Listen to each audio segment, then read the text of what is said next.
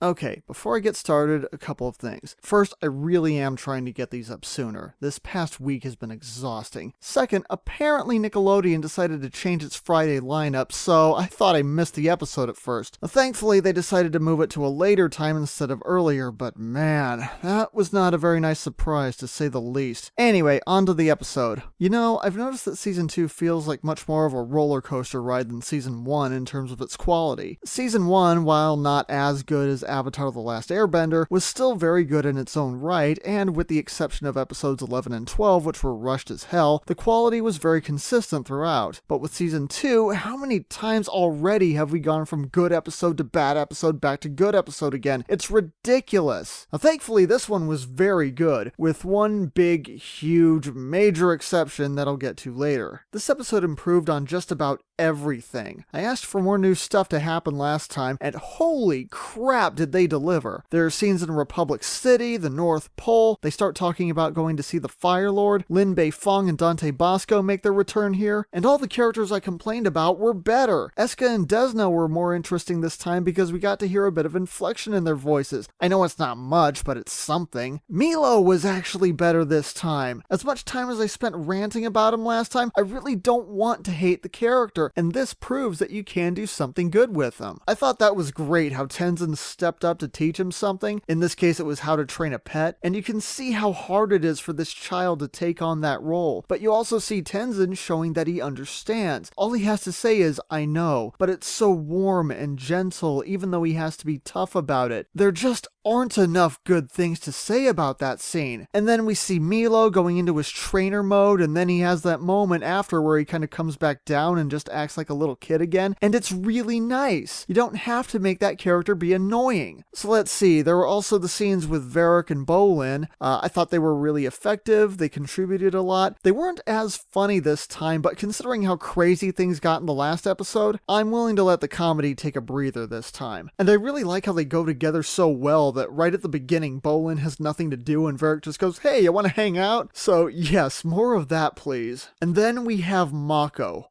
Holy crap, who knew all he had to do was go back to Republic City? Mako was the shining star of the entire episode. But that also ties into the worst part of the episode. Korra. I mean, look, I understand your home is being invaded, you're having some family issues, and you're upset. But when your boyfriend, who's a police officer, comes to you and says, look, that explosion earlier wasn't from the Northern Water Tribe. I saw firebenders running away before it happened. Here's the detonator that they dropped, and here's a picture of the guy who did it. You don't respond by saying, fuck you, of course it was the Northern Water Tribe. I mean, it's bad enough that his co-workers are doing that, but at least there you can argue that they might be getting paid off or something. But with Korra?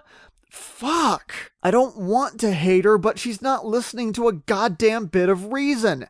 At all. I mean, General Iroh had some good ideas based on the situation he was being put in. Varric had some good ideas based on the situation he was being put in. The problem is that they're following Korra, and she's acting like a fucking nutcase right now. Also, apparently she can do the spirit calming technique now. I don't know if that's just when she's in the avatar state or what, because they kind of made it clear earlier that she didn't learn how to do that from her uncle. I'm just saying, it would have come in handy when she was opening the Southern Spirit Portal. So, overall, I am looking forward to seeing where this goes, especially with the spirit showing up at the end, but I really hope they fix Korra. I'm not saying that she can't be upset, but right now, she's on par with Eska, where she's being so unreasonable that there's nothing to identify with. Please learn how to write your main character.